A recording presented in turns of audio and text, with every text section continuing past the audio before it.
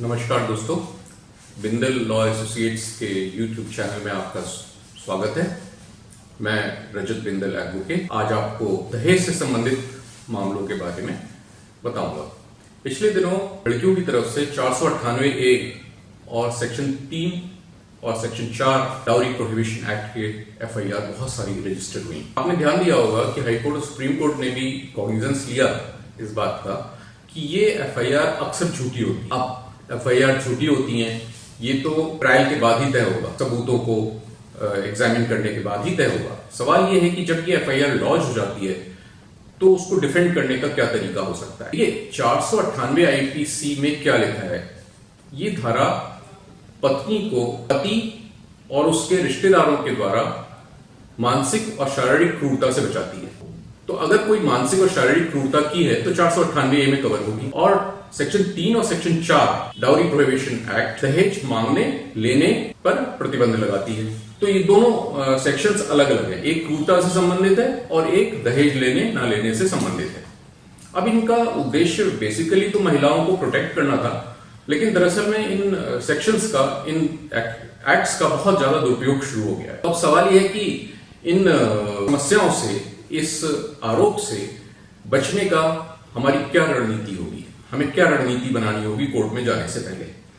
देखिए, सबसे पहले तो हमें FIR को बहुत ध्यान से पढ़ना चाहिए और ये समझना चाहिए कि उस FIR में हमारे ऊपर क्या क्या आरोप लगाए गए। ये एक जनरल आरोप है, क्या इसमें कोई इंजरी की डिटेल है, क्या उस इंजरी का कोई मेडिकल है, क्या जो उसने आरोप लगाए हैं उनमें आपस में कोई विरोधाभास है। इन सब बातों का ख्याल रखना है, हमें असेसमेंट करना है। उसके बाद हमें क्या करना है कि उन घटनाओं से संबंधित या उन आरोपों से संबंधित हमें सारे सबूत और गवाहों की एक सूची तैयार करनी है। हमें यह देखना है कि हमारे पक्ष में कौन कौन गवाही दे सकता है, उन लोगों से संपर्क करना है और उन लोगों को इस गवाही के लिए तैयार करना है। सबूत दस्तावेजी हो सकते हैं, कोई डॉक्यूमेंट्री प्रूफ हो जो उस घटना को झूठा साबित कर सकते हो, और या फिर एविडेंस हो, यानी कोई ऐसा आदमी खड़े होकर ये कह सके कि मैं फलाने समय पर इनके साथ था और उनकी तरफ से ऐसी कोई भी बात नहीं की गई थी। तो ये दोनों चीजें, उन सारी घटनाओं की हमें एक टाइमलाइन बनानी चाहिए और हमें ये बात ध्यान रखना चाहिए कि विवाह की तारीख से शिकायत दर्ज होने की तारीख तक की सभी घटनाएं जो हमारे लिए फेवरेबल हैं या जो उनके आरोपों को झूठा साबित करती हैं, उन सारी घटनाओं को क्रमबद्ध तरीके से हमें लिखना चाहिए। शॉर्ट, जो भी विरोधाभास है या गलत आरोप है उनको चिन्हित करना चाहिए। इसमें बहुत इंपॉर्टेंट बात है कि जब भी आप इसको डिफेंड करने जाएं तो किसी अनुभवी वकील को चुने, किसी नए वकील को ना चुने, क्योंकि ये बहुत ही आपके जीवन का बहुत कड़ा फैसला होगा। और उसके बारे में पहले वकील के बारे में जानकारी लें, उनकी सफलता के बारे में जानकारी लें और अपने वकील के साथ बैठकर उसकी पूरी जानकारी जो आपने शॉर्ट नोट्स बनाए हैं वो साझा करें। अपने वकील को सारी बातें बताएं, चाहे वो आपके पक्ष में हो या विपक्ष में, क्योंकि आप सोचते हैं अलग तरीके से और वकील सोचता है कानूनी तरीके से। उसका सोचने का, समझने का तरीका बिल्कुल अलग होता है आपसे। तो इसलिए उसको छोटे छोटे फैक्ट बताएं, वो कुछ बातें आपसे पूछेगा उसके बारे में बताएं। कोई भी जानकारी, चाहे वो आपके फेवर की हो चाहे आपके खिलाफ की हो, उससे ना छुपाएं। कोई भी जानकारी अगर आप छुपाएंगे तो आपको नुकसान होगा, क्योंकि अगर आपसे कोई गलती भी हुई है और वो आप अपने वकील को बता देते हैं तो वकील उसके हिसाब से अपना, आपका डिफेंस सोच के तैयार रखेगा आपको बचाने के। अब सवाल यह है कि सबूत क्या क्या हो सकते हैं। सबूत आपका बैंक स्टेटमेंट हो सकता है, आपकी वाइफ अगर जॉब करती है तो उनका बैंक स्टेटमेंट हो सकता है। अक्सर ये आरोप लगते हैं कि ये मेरे से पैसे ज्यादा खर्च कराते थे या मैं मुझसे पैसे लेते थे, तो वो बैंक स्टेटमेंट आपका साबित करेगा कि हम इनसे पैसे नहीं लेते।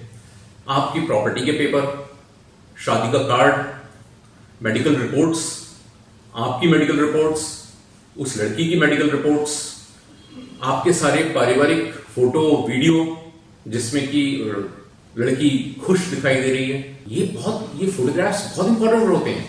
अभी हाल के केस में हम पे क्रूरता का आरोप लगा लड़की की तरफ और ये कहा लड़की ने कि मेरा अबॉर्शन करा दिया गया जबरदस्ती, बिना मेरी मर्जी के। हमने वो फोटो दाखिल किए लड़के की तरफ से जिसमें वो अबॉर्शन के तुरंत बाद गोवा घूमने गए थे और वहां पर खूब हंसी खुशी से जीवन व्यतीत कर रहे थे। कोर्ट ने जजमेंट देते वक्त इस बात को मेंशन किया कि जब कोई लड़की अबॉर्शन के ठीक बाद अपने हस्बैंड के साथ गोवा घूमने गई हो और वहां बहुत खुश नजर आ रही हो फोटोग्राफ्स में, तो ये आरोप कि उसकी मेडिकल उसकी टर्मिनेशन ऑफ प्रेगनेंसी उसके विल के खिलाफ है, यह नहीं माना जा सकता। इसके अलावा आपको चश्मदीद गवाहों पर ध्यान देना होगा। कौन से चश्मदीद गवाह वो मेंशन कर रहे हैं, अगर उनसे बातचीत करके उनको गवाही की मॉडिफाई करा सकें, उनसे सुलह समझौते की बात कर सकें, तो ये बहुत उचित होगा। आपके जो परिवार के सदस्य हैं उनकी गवाही, आपके जो बहुत अच्छे मित्र हैं जो आते जाते रहते हैं आपके घर पे, उनकी गवाही बहुत इंपॉर्टेंट होती है। अभी एक मुकदमे में मैंने ऐसे ही एक दोस्त की गवाही पेश की न्यायालय में, और न्यायालय ने उसको बहुत ही गंभीरता से लिया। डिजिटल सबूत आपको इकट्ठे करने होंगे, जैसे फेसबुक पे कोई पोस्ट की है लड़की ने, उसको सेव करिए, स्क्रीनशॉट्स लीजिए। कोई ईमेल किया है आपस में, आप लोगों के कोई ईमेल हुए हैं, कोई टेक्स्ट मैसेजेस हुए हैं, कोई व्हाट्सएप मैसेजेस हुए हैं, ये सब सेव करिए, बहुत इंपॉर्टेंट है। इन सभी चीजों का प्रॉपर बैकअप लें। इसके बाद सबसे पहला काम तो आपका ये होता है कि जब आपके खिलाफ चार्जशीट फाइल की जा रही है, तब आपको अपनी बेल करानी है, जमानत करानी है। तो जमानत में अब आज की तारीख में यूपी में अग्रिम जमानत यानी एंटीसिपेटरी बेल अलाउड है। सबसे पहले हमें एंटीसिपेटरी बेल के लिए अप्लाई करना चाहिए। क्या फर्क है एंटीसिपेटरी बेल में और दूसरे तरह की बेल में?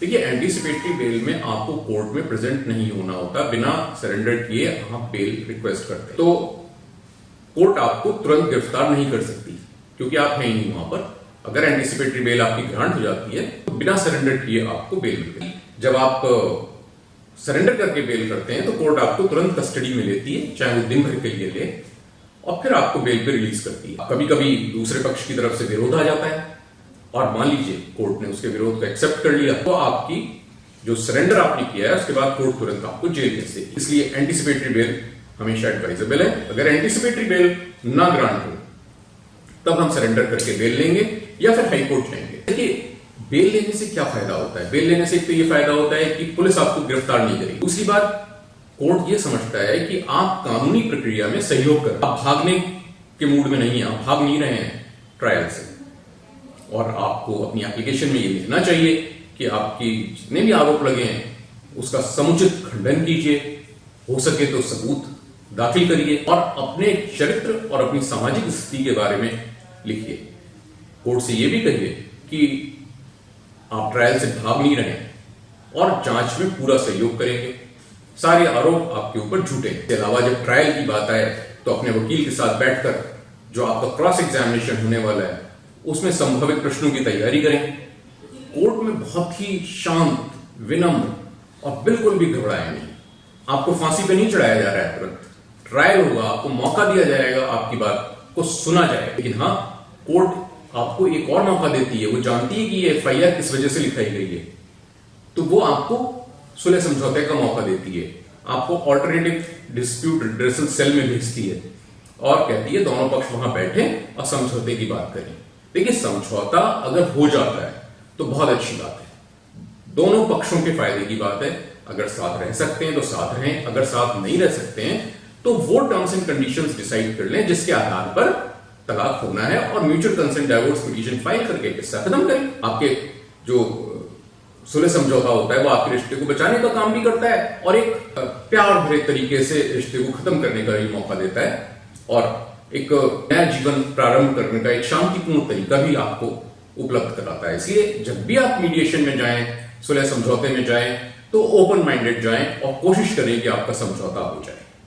आप अपनी प्रायोरिटीज को कोर्ट के सामने बताएं, मध्यस्थ के सामने बताएं, लेकिन दूसरे की प्रायोरिटीज को भी एक्सेप्ट करने के लिए तैयार रहें। अब सबसे इंपॉर्टेंट बात जो मैं बताने जा रहा हूं आपको, कि जब भी आप कोर्ट जाएं, कोर्ट का बहुत ज्यादा आदर करें, सम्मान के साथ जाएं, हमेशा कोर्ट में टाइम से पहुंचें, अच्छी ड्रेस पहन के जाएं, कोर्ट आपको रिकॉग्नाइज कर सके।